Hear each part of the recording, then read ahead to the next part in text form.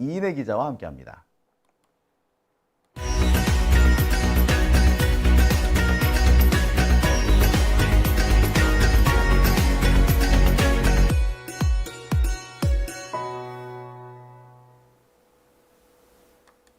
네, 오밤중 뉴스 함께하고 계십니다. 매주 토요일 저희 오밤중 뉴스에서는 그동안 참 여러 가지 소식들을 전해드렸습니다. 근데 최근 대선 기간 동안 이 오밤중 뉴스의 토요일 순서가 좀 허했죠. 예. 항상 이 시간을 채워주셨던 우리 이인혜 기자가 대선 기간 동안 선거운동을 하러 뭐 전국 각지를 뛴 건 아닌 것 같고 하여튼 서울 시내를 많이 돌아다녔던 것 같아요. 이제 선거가 끝났으니까 이인혜 기자가 이 장용진 TV 오밤중 뉴스에 들어오셨습니다. 안녕하십니까? 안녕하세요. 간만에 뵙습니다. 이인혜입니다. 네, 마이크가 안 켜졌어. 어머나. 아이고 오래간만에 오늘 티를 내네. 잘 들리시나요? 안녕하세요. 이인혜입니다. 아유, 마이크가 왜 안 켜지고. 미리미리 확인 좀 해주시지. 네. 내가 잘못한 건가요? 네, 갑자기? 이렇게 탓을 네. 하는 거죠. 제가 네, 정치판에 있으니 남 탓만 는 것 같아요. 큰일이에요. 네, 좋은 걸 배워야 되는데 큰일입니다. 네. 그 지난 3주 동안 네. 그 선거운동 뛰셨는데 네. 주로 어디서 활동하셨나요? 저는 주로 서울에 있었고요. 아. 아무래도 제가 이제 서울시장 대변인 소속이고 서울시당 내에 청년위원회라는 게 따로 있어서요. 그 청년위원회에서도 제가 이제 활동을 했었기 때문에 서울 관련된 유세, 뭐 서울역이라든지 뭐 여기 가까운 데는 이제 중랑구, 중화역에서도 유세를 했었고, 그다음에 뭐 도봉, 강북 뭐 이런 데를 다 돌아다니면서 아무튼 유세를 좀 했었어요. 네. 그러니까 서울 동쪽 이쪽을 좀 많이 맡으셨다고. 동쪽도 보군요. 하고 남쪽도 가고 막 숭실대 그쪽도 가고 네. 그냥 원하는 데 다 갔구만. 오라는 데 다 가가지고 뭐 네. 유세를 했는데 저희 같은 경우에는 유세를 그냥 한 게 아니라 이제 버스킹이라고 해서 노래를 불렀군요. 네, 기타랑 이제 피아노를 직접 섭외해서 이제 그분들이 반주를 깔고 보컬 2명을 섭외해가지고 하고 저는 주로 사회를 봤었는데 연설도 가끔 하고요. 네. 그리고 노래하라 그래서 노래도 좀 했어요. 노래도 했어요? 네. 이제 2030의 새로운 민중가요인 소녀시대 다시 만난 세계를 네, 한 두어 번 정도 송파에서 한번 부르고요. 네. 그다음에 어디였지? 벌써 기억이 안 나네요. 또 한 곳에서 불렀었는데 네, 총 2곳에서 불렀습니다. 여기서도 한번.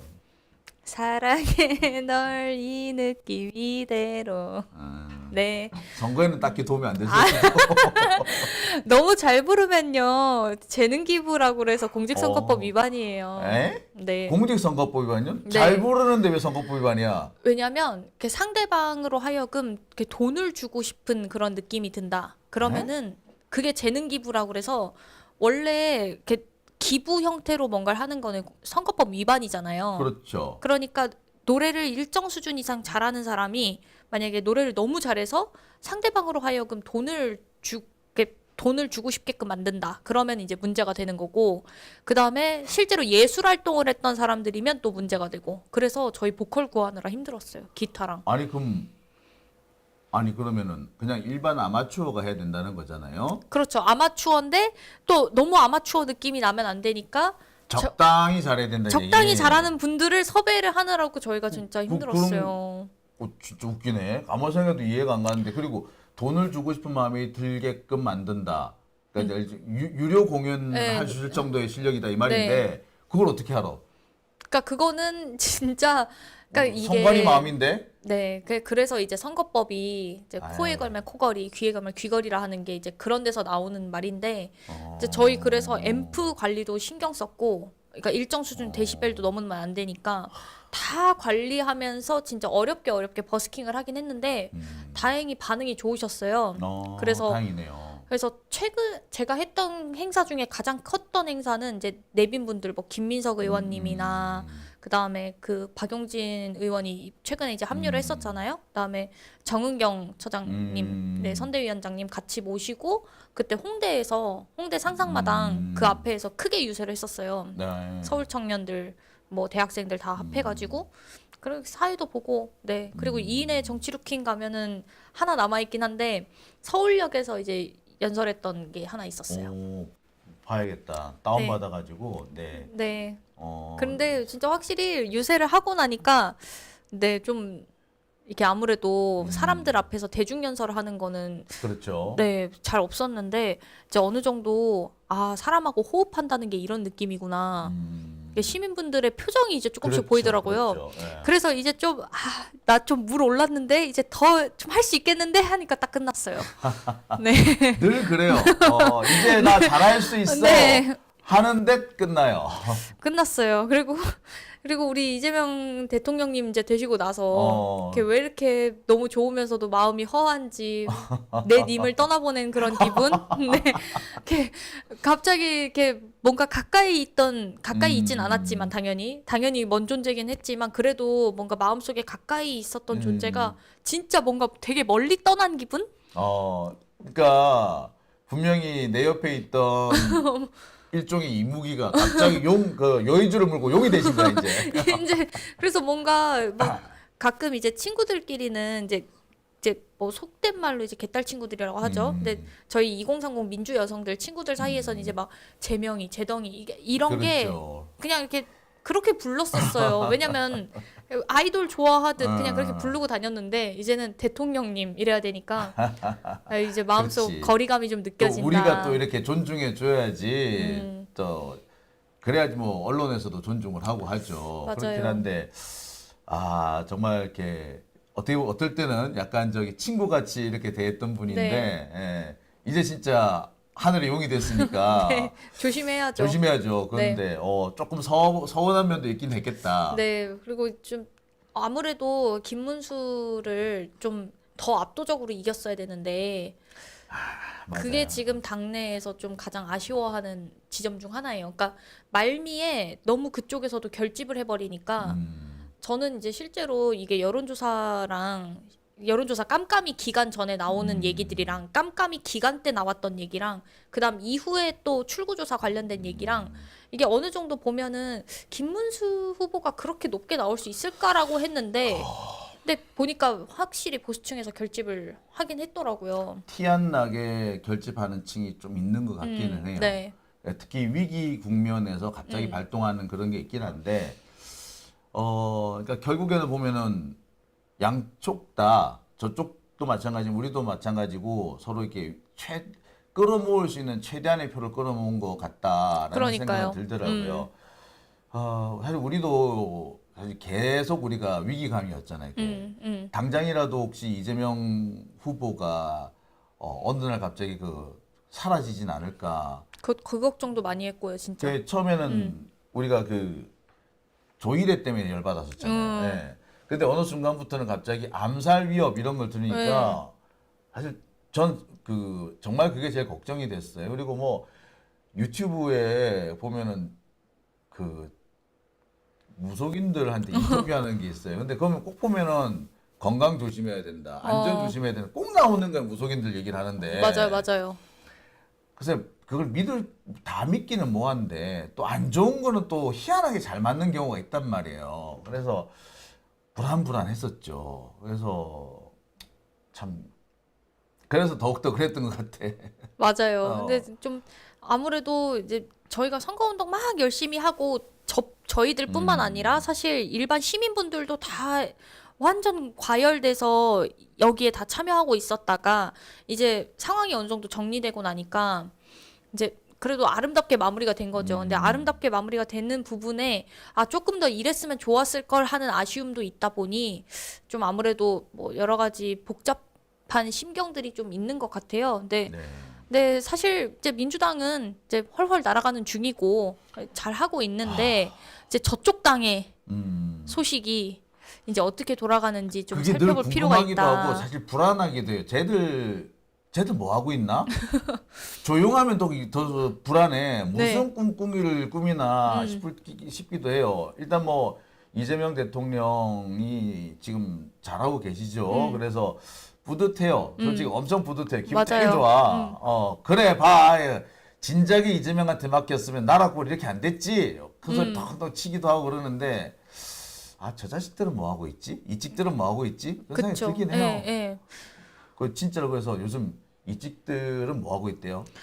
요즘, 그러니까 지금 우리가 사실 살펴볼 것 중에 여러 가지가 있는데, 저는 이제 원래 오늘 리박스쿨 얘기도 좀 하고 싶었으나, 이미 그거는 이제 기자님께서 너무 많이 또 자세하게 잘 다뤄주셔서, 이제 국힘 내부의 상황을 좀 이야기를 해볼 건데, 실제로 제가 이제 옆에 빌딩이 이제 국민의힘 당사 네. 가까운 쪽에 있었다 보니까 선거 캠프가 거기 있었다 보니까 그 내부 분위기들 이제 들어보면 장난 아니었거든요. 오. 그래서 관련된 얘기들을 좀 같이 하면서 지금 국힘 내부가 어떻게 자중질환 중인지를 한번 짚어보는 시간을 가져볼까 합니다. 리박스쿨 같은 경우도 할 얘기가 많기는 해요. 앞으로도 좀 더 무궁무진하게 나올 것 같은데 네. 우리 그때 한번 리박스쿨 얘기 잠시 했었어요, 사실은. 예, 옛날에.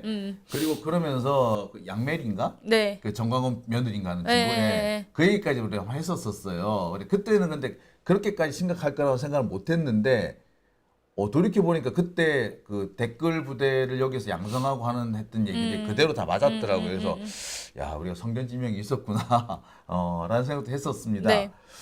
근데 지금은 아무래도 국힘당 쪽에서 그러면 아무래도 좀 질이 멸렬할 것 같기는 해요. 맞아요. 지금 사실 국민의힘 상황이 국민의힘에 제대로 된 합리적인 보수가 있지도 않을 뿐더러 이렇게 책사라고 하죠. 그러니까 보통은 이제 머리가 좋은 사람들, 그 똑똑한 정치인들이 있어야 되는데 사실 똑똑한 정치인들도 없고 리더도 부재한 상황이다 보니까 그냥 완전히 다 망하는 거죠. 사실상 이 국민의힘은 원래 보수가 부패해서 망하고 진보가 분열 때문에 망한다 이런 식으로 하는데 이 국민의힘 같은 경우에는 부패하고 분열을 해서 망하는 케이스다라고 볼 수가 있는 거죠 지금.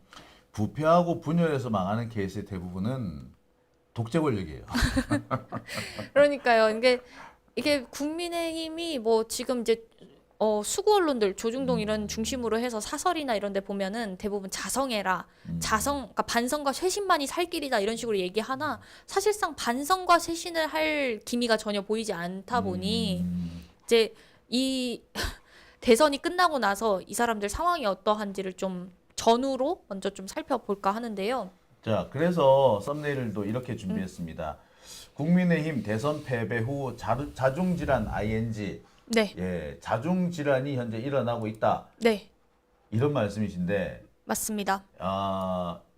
사실 좀 예측되기는 했었어요. 이미 사실 대선 전부터 자중질환이 되어 있던 상황이니까 개파 갈등이나 내용은 심했던 상황이라서 어느 정도 이제 예상은 했었는데 이제 지금 친윤하고 친한이 계속해서 작년 총선 때 이후로부터 계속 갈등이 이어져 왔잖아요. 그런데 이번에 김문수라고 하는 새로운 아스팔트 9구가 들어오게 되면서 사실상 김문수, 정광훈 그 아스팔트 9구들이 그렇죠. 같이 들어오게 된, 그러니까 완전 이거는 지금 어떻게 보면은 개싸움이 시작된 거고 이 오합지졸들끼리 그 리더가 부재한 상황에서 어떻게든 당권 싸움을 하려고 지금 이 대선 국면을 이용해서 그랬죠. 결국에는 자신의 이름을 알리기에 급급했던 그런 때였다라고 좀 볼 수가 있는 거죠.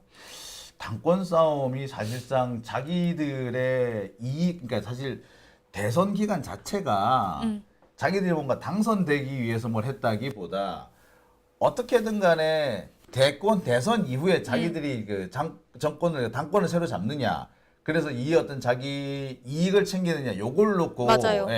선거 운동을 하는 척만 했던 걸로 보이기도 하거든요.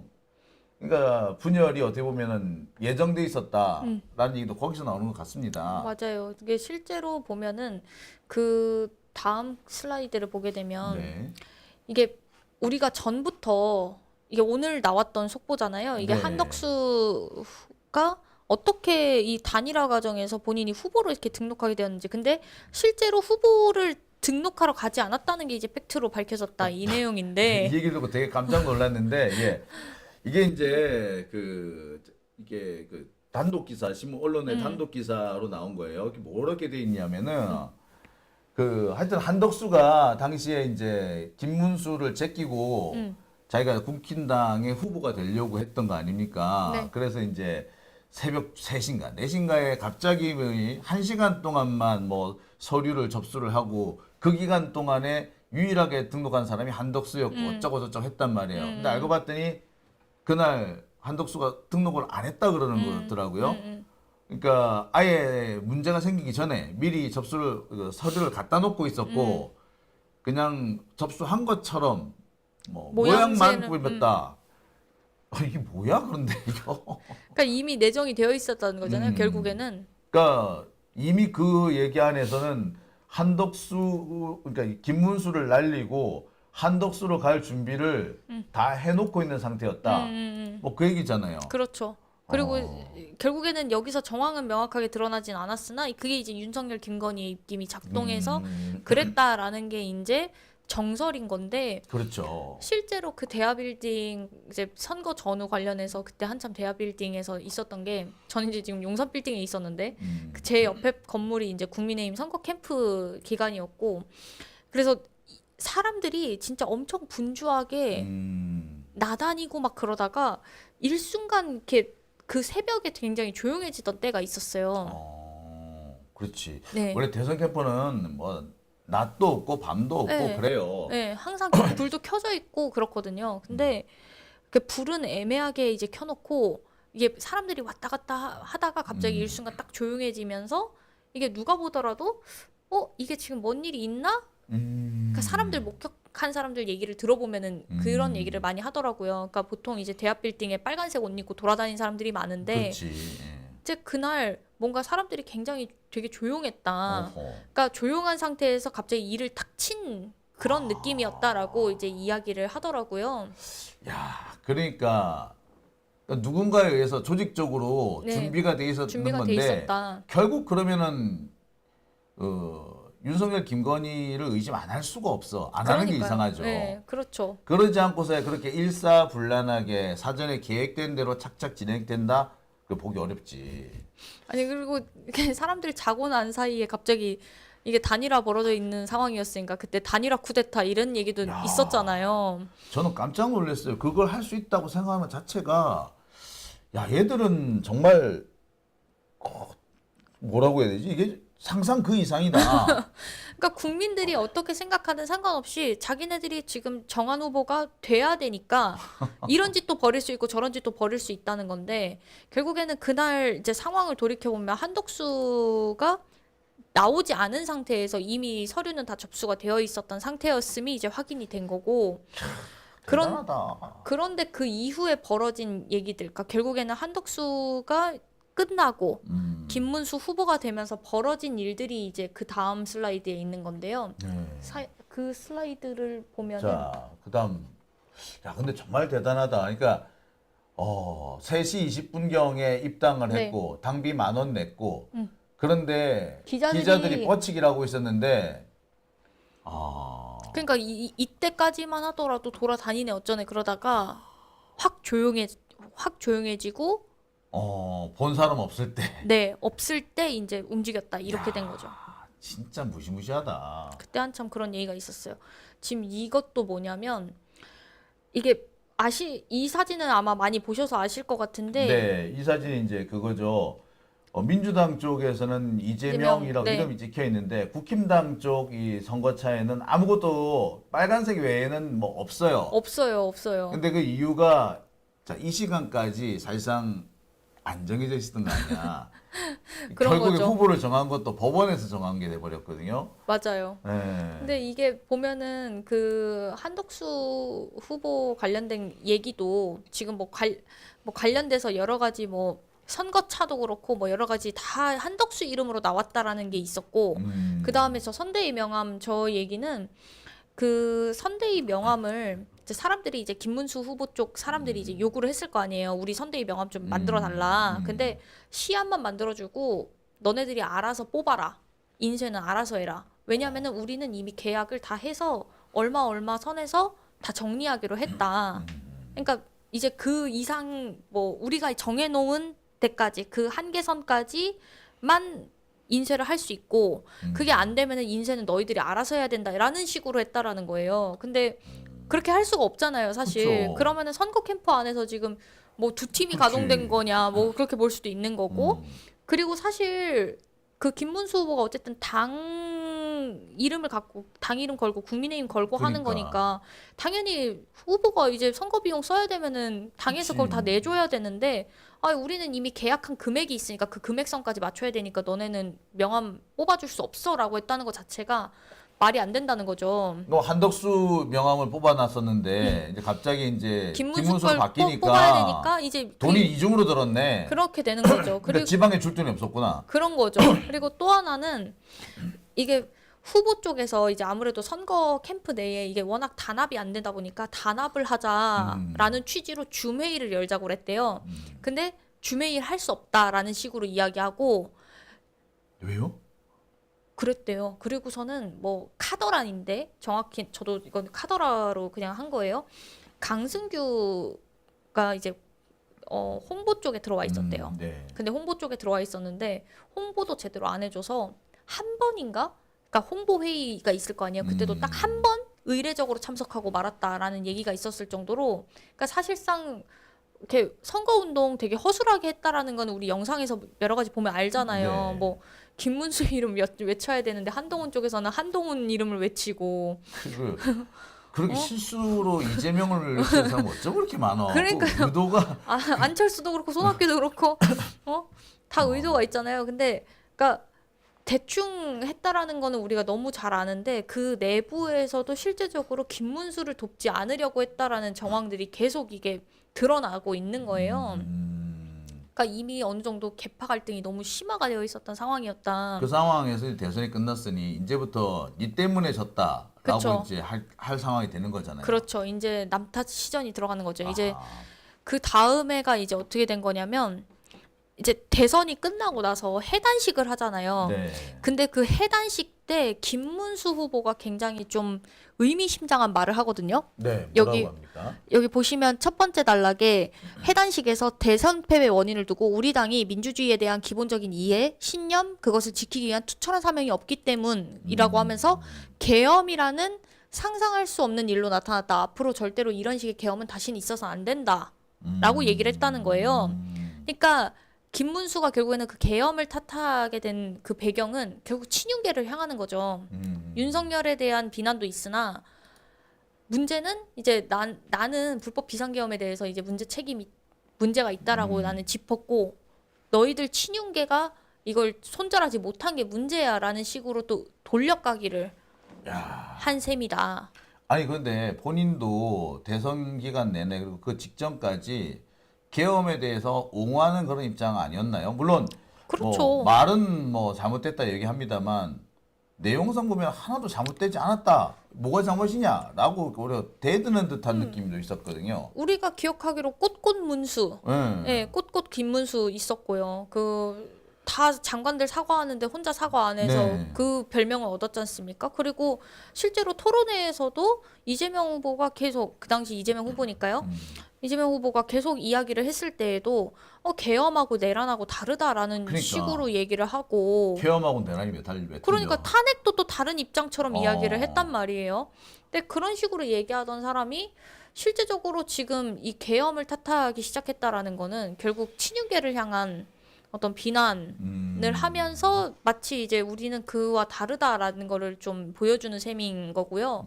그 밑에 권성동 원내대표도 이야기를 한 게 당이 공동체 의식을 가져야 된다라고 하면서 네. 그러니까 민주당이 지금 뭉치고 있는 것들을 토대로 이걸 타산지석 삼아야 된다 이야기를 했다라는 거예요. 근데 이거는 이제 한동훈 쪽 친한계를 겨냥해서 한 얘기다라는 식으로 지금 이야기를 하고 있는데 친한계든 누가 됐든 일단 남 탓은 막 하고 있는 거고 그쵸, 누가 다 그것을 탓하고 최종 어떻게 보면 약간 저기 그 폭탄 떠넘기기 같은 느낌이 그렇죠. 들기도 하고 그럼 최종적으로 폭탄 떠안을 사람은 한동훈이죠. 그쵸. 예. 근데 누가 하나 책임을 져야 되는데 사실 그러니까 그런 거죠. 지금 이 상황만 놓고 본다면 지금 친윤계 같은 경우에는 어쨌든 이번 선거에서 확인을 해보니 그러니까 지역을 탄탄하게 갖추고 있는 TK나 대구 경북이나 이런 데에서는 사실 친윤계가 꽉 잡고 있잖아요. 네. 그러니까 친윤계는 자기 지역을 지켰다라는 게 있기 때문에 내년 지선까지만이라도 잘 지켜가고 싶은 거예요. 그래야 총선 때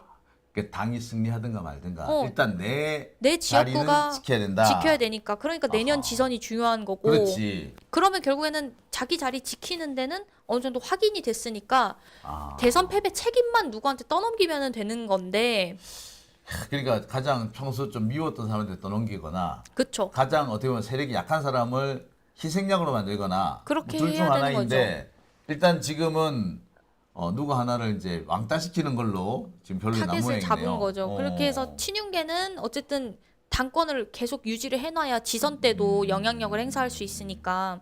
근데 반대로 친한계 같은 경우에는 지금 그 김진 네. 있잖아요. 그 김진이라는 사람도 자꾸 친한계를 합리적 보수라는 식으로 포장을 하더라고요. 한동훈이를 네. 그러니까 제가 봤을 때 다음 이제 뭔가 합리적 보수로 만들려고 하는 게 한동훈 쪽인 것 같은데, 그러니까 친한계는 지금 본인들이 마치 이제 이 계엄에 대해서 반대를 했다. 우리는 불법 계엄을 반대했었고, 우리는 윤석열 탄핵도 문제가 있다고 생각했고, 어쨌든 그래서 우리는 지금 이 보수라는 것에서 재건할 수 있는 보수다. 라는 이미지를 가져가고 싶다 보니 이게 친윤계를 비판하는 것도 그렇고 김문수 쪽을 비판할 수도 있고 이게 모양새가 좋은 거죠. 근데 사실 윤석열 정권 탄생에 가장 큰 역할을 한 사람은 한동훈이죠. 한동훈이잖아요. 그렇죠. 근데 이제 와가지고 나는 계엄에는 반대했어 라는 식으로 나오는 것도 좀 우습네요. 그런 거죠. 근데 지금 셈법이 그렇다. 그래서 이 사람들이 결국에는 당권을 쥐기 위해서 자기 명분들대로 지금 이걸 싸우고 있는 중인 거고.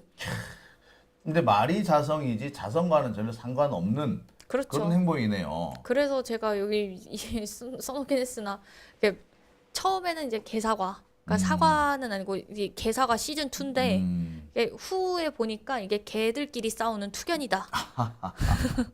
야, 근데 참 그런 거죠.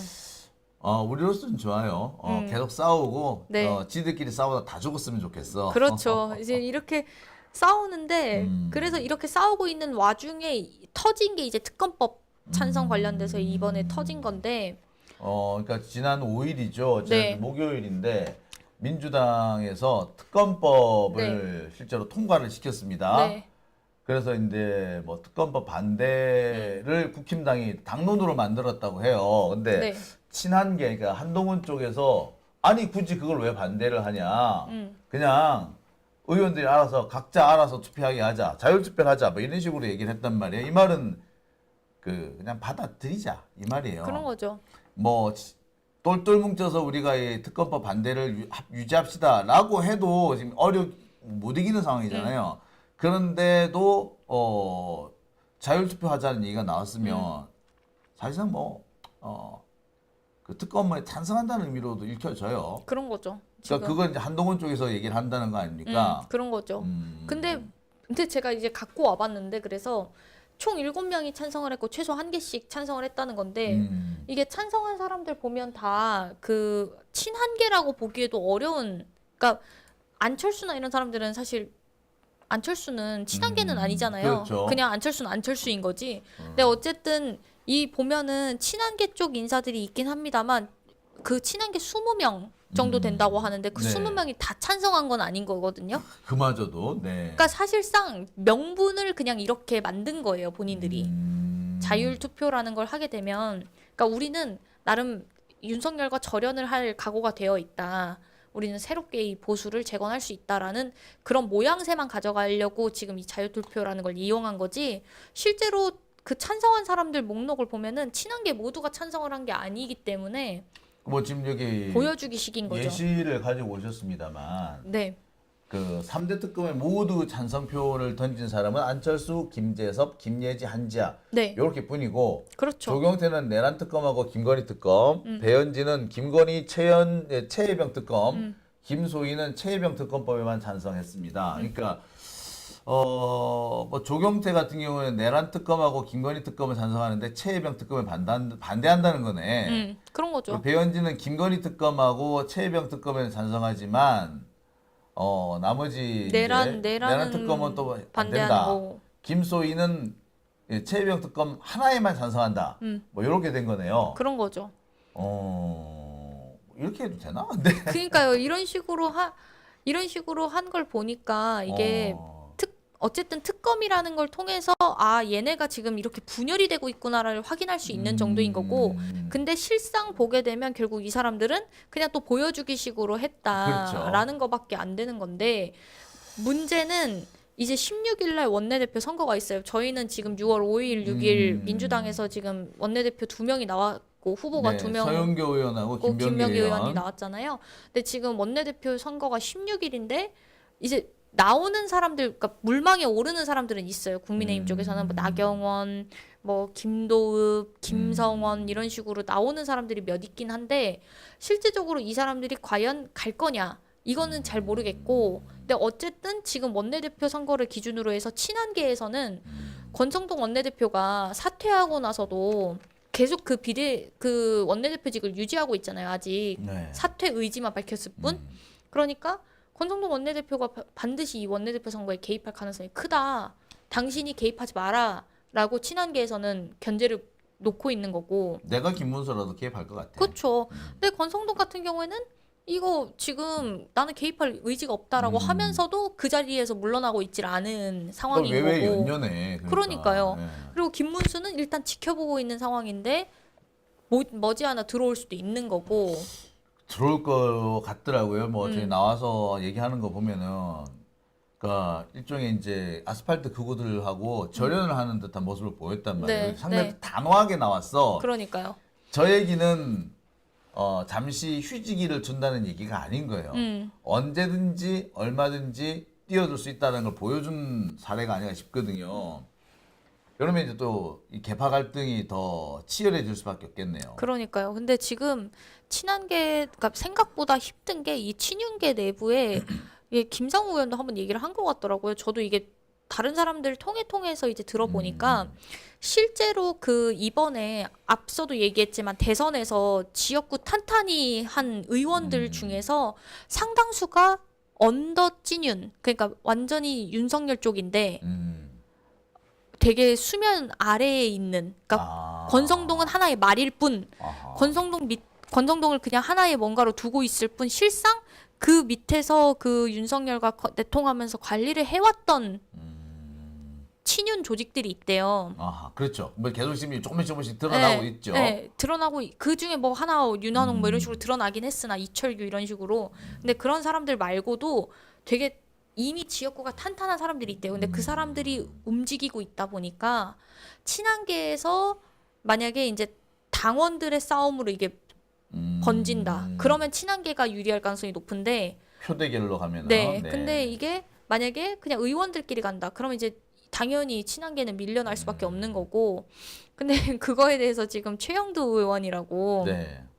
최영두 의원이 이거 원내대표뿐만 아니라 당대표, 향후 있을 당대표 선거에서도 우리 의원들의 힘을 좀 그럼 자기들 입맛에 맞는 사람을 네. 세우겠다. 그래갖고 DC나 이런 데서 막 난리가 났었어요. 막 민주주의 무시하는 거냐 이런 식으로. 근데 지금 어쨌든 당대표 선거도 좌지우지를 하려는 마당인데 원내대표 선거에서도 지금 친윤 쪽에서 어쨌든 견제구를 많이 놓고 있는 상황이다.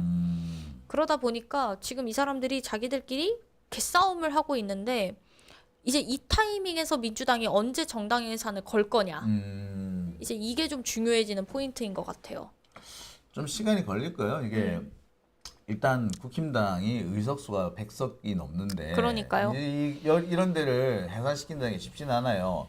물론 까꾸로 말해서 1,000만 명 이상이 지지하는 걸로 나와 있고 거의 2천만 명이 거의 그 과반수가 지지하는 걸로 나와 있는데 그랬더니 이재명을 감옥에 보내려고 한 게 실제로 그런 사례가 있었으니까 아니 대통령도 죽이려고 하면서 국회의원도 몇 명 못 죽이냐라고 그런 말이 나올 수도 있죠. 그렇게 되면 그렇죠. 앞으로 이 사안이 어찌 될 줄은 모르긴 합니다. 근데 지금 그걸 가지고 지금 국힘당이 또 약간 더 노림수를 쓰는 것 같기도 하고 그러네요. 그렇죠. 지금 그런 상황이라서 일단 국민의힘이 뭐 지금 김문수 후보가 뼈를 깎는 각오로 뭐 혁신하겠다 이런 식으로 얘기는 했다만 실질적으로 혁신이 아니라 이제 해체 수순으로 갈 건데 중요한 건 이 사람들이 이제 앞으로 원내대표 선거에서 누가 당선되느냐를 볼 때에 만약에 이제 원내대표 선에서는 친윤 근데 당대표는 이제 친한 이렇게 나오면 이 또 이제 갈등이 곤란하겠네요. 네. 예. 심해지겠죠. 올만하겠네. 그러니까 여기서 이제 김문수가 당권 잡아서 완전히 극우 쪽으로 확 가주면 더 땡큐인데 그게 아니라 이제 이 사람들도 지선이 있기 때문에 아마 애매하게 반성하는 경우가 예, 제일 골 때리죠. 애매하게 갈 가능성이 큽니다. 지금. 그래서 제가 보기에도 그 가능성이 제일 커 보입니다. 그래야지 자기들의 기존에 있는 표를 잃지 않으면서 그렇죠. 뭘 할 수 있다, 도모할 수 있다라고 봤을 거예요. 네. 아, 참 저 동네도 재밌네. 그럼 이제 갈등이 이제 좀 실제로 본격적으로 불거지고는 있는 거죠. 그렇죠. 이제 지금 왜냐면은 이 사람들 그 선거 출구조사 나왔을 때도 제가 그 파란색 점퍼를 잠깐 입고 있다가 벗었는데 그 대합 빌딩 지나면서 빨간색들이 다 막 욕을 엄청 했었거든요. 아, 그러니까 그렇다 그러더라고. 네, 출구조사 할 때도 이제 막 근데 막 옆에 밥을 먹고 있는데 옆에 테이블에서 막 그런 얘기가 있었어요. 국민의힘 쪽이었던 것 같은데 야 이제 대선 어차피 안 되는데 이제 그 다음에 누구한테 붙어야 되냐. 다들 그 싸움을 하고 있더라고요. 눈치 보기인데 예, 그거. 야. 나 누구한테 붙어야 되냐. 이거 김문수 돕고 있는데 이거 맞긴 하냐? 이런 얘기들을 하더라고요. 그래서 저희 당직자들끼리 막 얘기하면서 이거 괜찮은 거예요? 라고 그랬는데 근데 그 사람들은 지금 자기 밥그릇 어디로 이제 갖고 가냐 이제 그게 걱정인 상황인 거고 아 문제는 이 국민의힘에서 지금 본인들도 어디를 어떻게 가야 될지 모르다 보니 아주 난항을 겪고 있다라는 말씀을 드립니다. 뭐 이런 혼란이 계속 쭉 되면 우리는 좋긴 하겠는데. 완전 좋죠. 뭐 또 이러다가 또 뭐 갑자기 뭐 정리하는 갈등을 정리하는 그런 방향도 나올 거예요. 사실 그 지난 대선 기간 중에도 탄핵 직후에도 자기들끼리 내에서 좀 갈등이 있었잖아요. 김상욱 의원 탈당한 것도 비슷한 맥락이라고 볼 수 있는데 그래서 얘들이 어떻게 나올지는 또 두고 봐야 되긴 합니다. 그래서 참 안심할 수는 없어요. 참 지금 이런 거 참 안타깝기도 하고 씁쓸하기도 하고 그러네요. 그러니까 오늘 이제 드린 말씀은 사실 뭐 앞으로 이럴 것이다라는 전망보다는 이 사람들이 얼마나 이 정도의 최악의 수준에서 정치를 하고 있는지를 좀 짚고자 말씀을 드렸던 거라 하여튼 네 그렇습니다. 네. 16일 날 원내대표 선거면 그날 누가 당선되는지가 앞으로 국힘당이 어디로 갈 것인지 네 좀 보여줄 수 보여지지 있는 않겠나 싶네요. 네네 그럴 것 같습니다. 누가 될 것 같아요? 그쪽에 그러면. 지금 후보군들이 나오는데 근데 저 조금 더 윤곽이 나와야 될 것 같아요. 아직은 지금 정보들을 취합했을 때에도 이렇게 딱히 물망에 오르는 사람들이 없는데 이제 조선일보나 중앙일보나 이런 데서 누굴 좀 더 띄워줄 거냐 그걸 좀 봐야 될 것 같아요. 근데 확실히 띄워주고 있는 셋 인물이 나경원, 김도읍, 김성원 이렇게 셋을 띄워주고 있더라고요. 김도읍이요? 네. 외려 나오고 있어요. 그러니까 지금 김도읍 같은 경우가 그 밑에 수면 밑에 있던 드러나지 않았던 친윤 아니냐라는 얘기가 있는데 이제 지금 셋이 거론되고 있는 걸 보면 아무래도 나는 좀 힘들 것 같고 그럴 것 같습니다. 예. 우선은 네. 참 나경원은 일이 잘 안 풀리네요. 뭐 빠루 이후로 제대로 풀리는 게 있었나요? 그 사실 윤석열 정권 있을 때는 나경원이 왜 안 풀렸냐면은 건희 때문이래. 네. 건희가 그렇게 질투를 했대잖아. 그렇죠. 근데 이제 끝나고 난 다음에는 또 그것 때문에 또 발목을 잡히는 것 같기도 하고요. 뭐 뻔하죠. 뭐. 그렇죠. 그렇습니다. 여튼 야, 오늘 참 얘기 들어보니까 참 재밌네요. 네. 저쪽 당 소식은 들을 때마다 참 재밌어요. 네. 어떻게 제발 좀, 망해가는지. 제발 좀 저렇게 해서 망해버렸으면 좋겠어. 우리 국민들이 편할 거 아니에요. 그렇죠. 네. 자, 알겠습니다. 오늘 참 재밌는 얘기 감사합니다. 오래간만에 와주셔가지고 네. 오래간 온 만큼 칼을 갈고 오셨구나. 네, 다음 주에는 더 재밌는 더 소식으로 재밌는 얘기로. 예. 네, 찾아뵙도록 하겠습니다. 자, 오늘 고생하셨습니다. 다음 주 뵙겠습니다. 네, 감사합니다.